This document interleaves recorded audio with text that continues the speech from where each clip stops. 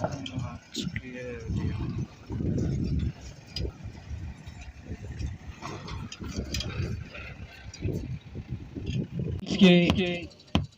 Chairman साहब श्रीमती रेणु देवी के द्वारा गुलदस्ता दिया जा रहा है। सम्मानित से तालियों से स्वागत करें एक बार।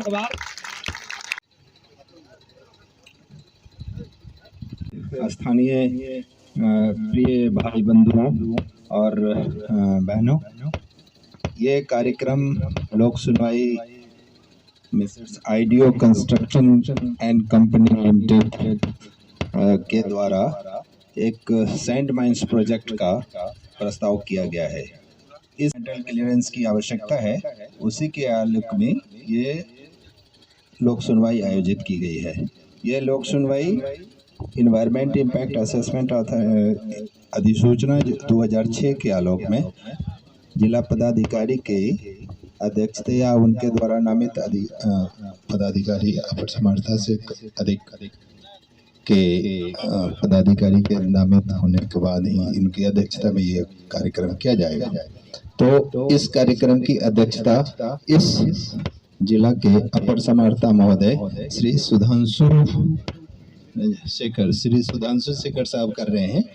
और इस सभा में जिला खनन पदाधिकारी श्री रणधीर कुमार जी उपस्थित हैं और आप इंडस्ट्री के जो डायरेक्टर हैं श्रीमती रेणु देवी जी ये उपस्थित हैं और अन्य जो प्रोजेक्ट के जो बनाए हैं इन्वायरमेंटल इम्पैक्ट असेसमेंट उसके कंसल्टेंट उपस्थित हैं। और आप सभी लोगों का इस कार्यक्रम में स्वागत करते हुए इस सुनवाई की कार्यवाही प्रारंभ की जाती है। सबसे पहले हम ये चाहेंगे कि यहाँ पर इस प्रोजेक्ट को में आए हुए उपस्थित लोगों से ये अनुरोध होगा कि इस प्रोजेक्ट में जो भी इन्वायरमेंटल इश्यूज है उसके आलोक में जो आपका जो कमेंट्स है, चाहे वो कुछ हो सकता है कि ऑब्जेक्शन हो या कुछ हो सकता है कि उसमें सुधार की आवश्यकता होगी, वो आप अपने वक्तव्य से आप बताएंगे। उसका वीडियोग्राफी किया जा रहा है और इसका माइनोट्स बना करके इन्वायरमेंट इम्पैक्ट अथॉरिटी को भेजा जाएगा। उसी के आधार पर इनको लोक सुनवाई के आधार पर इन्वायरमेंटल क्लियरेंस पर विचार किया जाएगा। इन्वायरमेंटल कंसल्टेंट को कि प्रोजेक्ट के बारे में ये आपको बताएंगे कि प्रोजेक्ट में क्या क्या है और इन्वायरमेंट असेसमेंट रिपोर्ट जो है उसमें इन्वायरमेंट मैनेजमेंट प्लान भी बनाया गया है, वो आपके समक्ष रखेंगे। उसके उपरांत आपसे इस पर मंतव्य प्राप्त किया जाएगा। तदुपरांत अध्यक्ष महोदय द्वारा फाइनल कमेंट्स और वो उपलब्ध कराई जाएगी। एडीएम साहब लखीसराय और रीजनल क्षेत्रीय पदाधिकारी एसपी राय साहब और आए हुए सभी गणमान्य लोगों का audio construction India private limited की तरफ से हम स्वागत करते हैं। और ये लोक सुनवाई के कार्यक्रम हम लोग शुरू कर रहे हैं। ये वन एवं पर्यावरण मंत्रालय द्वारा अधिसूचना 2006 के तहत में लोक सुनवाई की जाती है। कुछ जो उद्योग है जो उनके परव्यू में आता है, उनके नोटिफिकेशन के द्वारा आता है कि कौन कौन से उद्योग को लोक सुनवाई करवाना है, अनिवार्य है।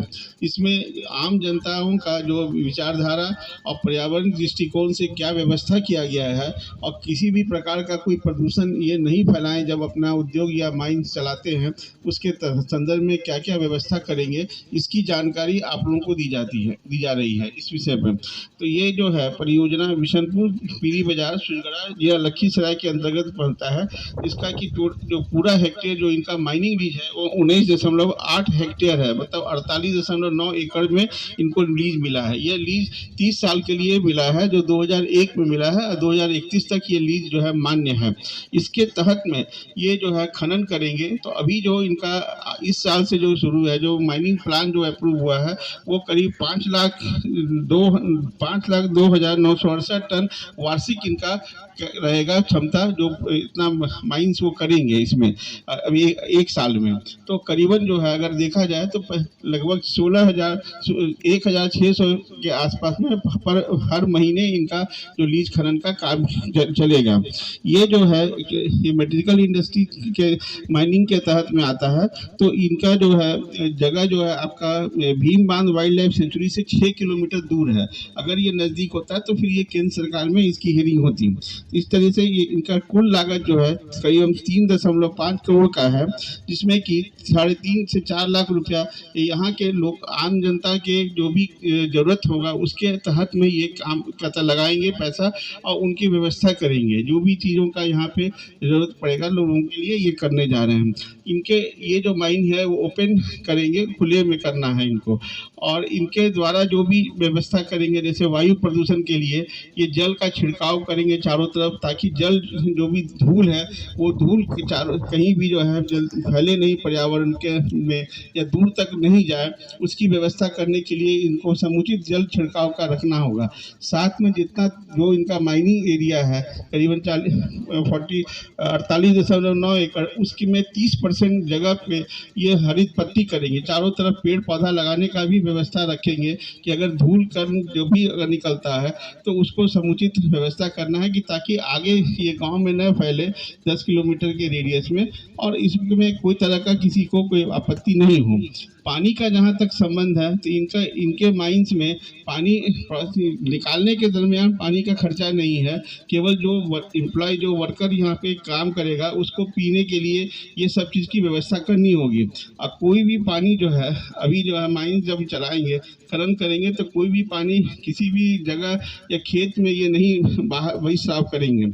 और हम लोग फ्यूजिटिव एमिशन जो बोलते हैं, भगोड़ा जो कण होता है उसको बचाने के लिए हर जगह जो है व्यवस्था करेंगे जल छिड़काव का, ताकि कहीं से भी ज़्यादा धूल का नहीं निकले। ट्रक भी जो आएगा तो उसके लिए भी ये रास्ता अपना बनाएंगे, ताकि आने जाने का रास्ता में समुचित जो है इसी तरह का वायु प्रदूषण नगण्य के बराबर हो।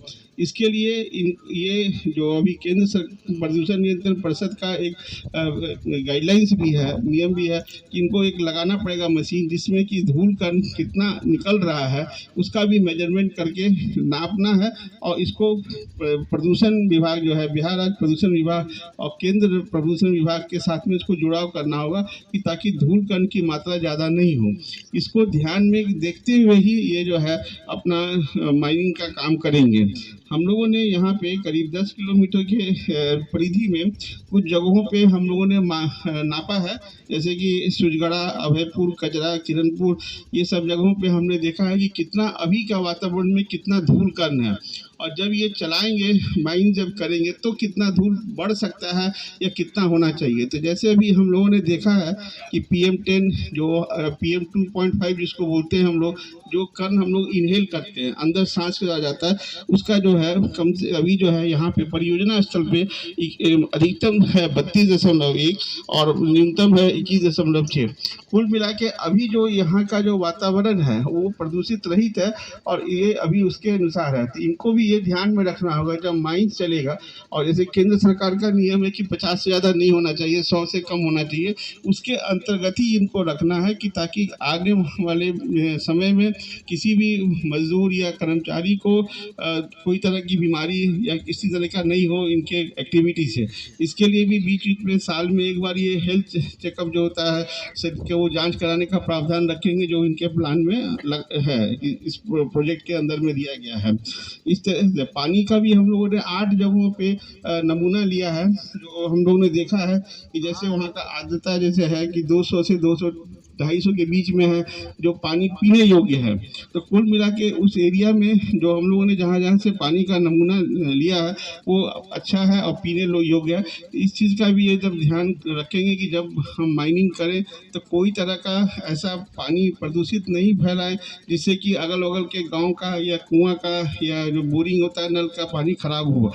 और जितना पानी ये निकालेंगे ज़मीन से उसके लिए संचय करने के लिए रेन वाटर हार्वेस्टिंग, जल संचय करने की व्यवस्था भी इनको करनी है, ताकि यहाँ का जो पानी का जो लेवल है जो जहाँ जितना तक में निकलता है वो बरकरार रहे। उसके लिए केंद्रीय जल परिषद है, सेंट्रल ग्राउंड वाटर अथॉरिटी, उनसे भी इनको परमिशन लेना है यहाँ से कि हम जितना पानी निकालेंगे उतना हम ज़मीन में रिचार्ज करेंगे, ताकि जो है पानी का जो स्तर है वो बराबर रहे, कोई तरह का पानी कमी नहीं हो, ताकि यहाँ के जो भी खेती है या जो भी लोगों को पर्याप्त पानी मिले। इन चीज़ों को ध्यान में रख कर जहाँ तक ध्वनि प्रदूषण की बात है, तो चूँकि इनका माइनिंग है, ये अपना निकालेंगे तो ब्लास्टिंग अगर करते हैं तो कंट्रोल ब्लास्टिंग करेंगे, ताकि जो है वाइब्रेशन नहीं हो, किसी तरह का आवाज़ नहीं हो। उसके लिए जो प्रिकॉशन होता है कि पहले सूचना देंगे कि हमारा जो है ब्लास्टिंग हो रहा है। तो इन चीज़ों को करते हुए, ताकि कहीं भी आवाज़ भी जो है जो अधिक दूर तक नहीं फैले, जहाँ पे ब्लास्टिंग होगा उसके लिए वो बैरिकेडिंग करते हैं उसमें, कि ताकि कोई आदमी ऐसा नहीं कि कोई गलती से वहाँ पे चला है। तो इन चीज़ों को देखते हुए माइनिंग का इनका प्लानिंग है करने का। और जहाँ पर चूँकि ये पर्यावरण में हम लोग का CR एक्टिविटी होता है, कॉर्पोरेट इन्वायरमेंटल रिस्पॉन्सिबिलिटी, कि यहाँ पे अगर कोई स्कूल है, अगर उसको समुचित पानी पीने की व्यवस्था या कोई चीज़ की अगर कंप्यूटर का, तो ये सब प्रावधान करने का इनके इस स्कीम के अंदर में प्रावधान है, जो ये करेंगे। सरकार से अगर कहीं कुछ रिक्वायरमेंट ज़रूरत पड़ती है तो ये इसके लिए तैयार रहते हैं, करना होगा इनको। इन चीज़ों को ध्यान में रख करके इनका माइनिंग ऑपरेशन होगा, ताकि जल, वायु, ध्वनि, ये प्रदूषण नहीं हो, इस इलाके के ग्रामीणों को कोई तरह की दिक्कत असुविधा नहीं हो काम करने के में। और जो भी जब यहाँ माइनिंग होगा तो जितना भी वर्कर है, जो मजदूर, तो इनका पहला प्राथमिकता रहेगा कि यहाँ का जो नज़दीकी लोकल है, जो अगल बगल के आसपास के गांव के हैं, उस मजदूर को ये रखें अपने यहाँ काम करने के लिए। जहाँ पे ज़्यादा स्किल ज़रूरत है, जो माइनिंग के नियम के अनुसार, वो 10-5 आदमी बाहर से ले सकते हैं, लेकिन ज़्यादातर लोग लोकल आदमी रहते हैं जो मजदूरी के लिए प्राथमिकता ये देंगे। तो इन चीज़ों को ध्यान में रख के माइन चलाएंगे, ताकि यहाँ का जो आर्थिक स्थिति है वो भी सुधरे और लोगों को रोज़गार मिले। और ये माइनिंग करीब 50 से 60 घड़ी डेली चलेगी, तो उसके लिए इनडायरेक्ट एम्प्लॉयमेंट भी होता है कि अगल बगल में चाय की दुकान ये सब भी खुलता है, तो उससे भी रोज़गार का उचित व्यवस्था मिलेगा इनको। और इनका आप लोगों का सहयोग चाहिए जब माइन करेंगे, तो ताकि कोई तरह की असुविधा इन आप लोगों को ना हो, इनका ध्यान में रख के ये काम करेंगे। अगर आप लोग को जो प्रश्न पूछना है इसके इनके ऑपरेशन माइन चलने के, तो अपना नाम, गांव का नाम और जो प्रश्न है आप पूछिए, तो उसका जवाब। ग्रामीणों का स्वागत है। यहाँ पर मंच पर उपस्थित प्रदूषण नियंत्रण कक्ष के पदाधिकारी, कंसल्टेंट, प्रोजेक्ट के चलाने वाले जिनका फैक्ट्री चल रहा है, वो उनके मालिक, आप लोगों से मैं आपके प्रतिनिधि के रूप में आपके हितों की रक्षा हो रही है कि नहीं, जिला प्रशासन की ओर से मैं यहाँ पर हूँ, ताकि ये देखना है कि जन सुनवाई जो हो रही है उसका आपका पक्ष विधिवत रखा जा रहा है कि नहीं, और साथ ही साथ उसके लिए इन्होंने जो व्यवस्था की है, जो पर्यावरण पर जो नुकसान पहुंच रहा है, लोगों के स्वास्थ्य पर जो कुप्रभाव पड़ने की संभावना है, उसका व्यवस्था उपाय इन्होंने किया है कि नहीं, और एक रिपोर्ट बनेगा, उसी के आधार पर इनको प्रोजेक्ट के लिए क्लियरेंस मिलेगा और आगे ये काम कर पाएंगे। ये बहुत ही महत्वपूर्ण बिंदु है। ये इस बात का आप लोग को कुछ बातों का ध्यान रखना है। पहली बात कि एक एक करके आप लोग नाम के साथ क्या क्या आपको जो भी आपके मन में आशंका हो, अपना सवाल आप पूछ सकते हैं, लेकिन अपना नाम पता ज़रूर देंगे, ताकि वो प्रॉपर्ली रिकॉर्डेड रहे, डॉक्यूमेंटेड हम लोग कर सके।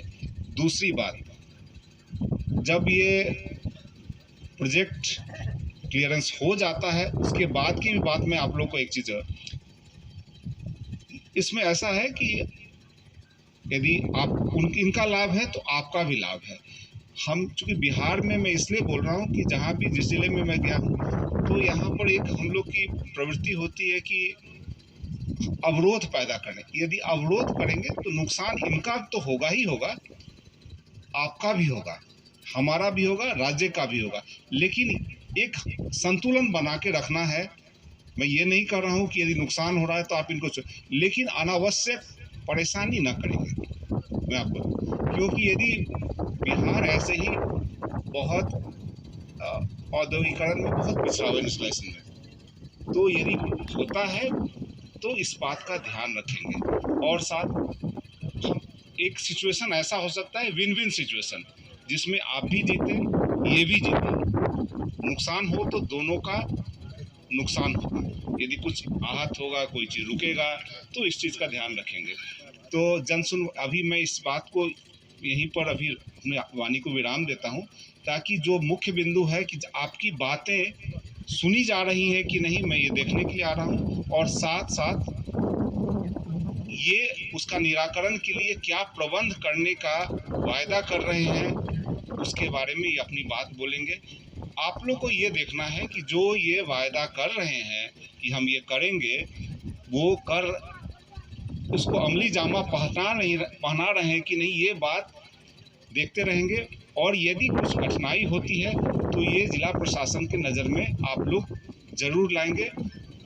इसके साथ ही मैं अपने बात को यहीं पर अभी समाप्त कर रहा हूँ तत्काल रूप से।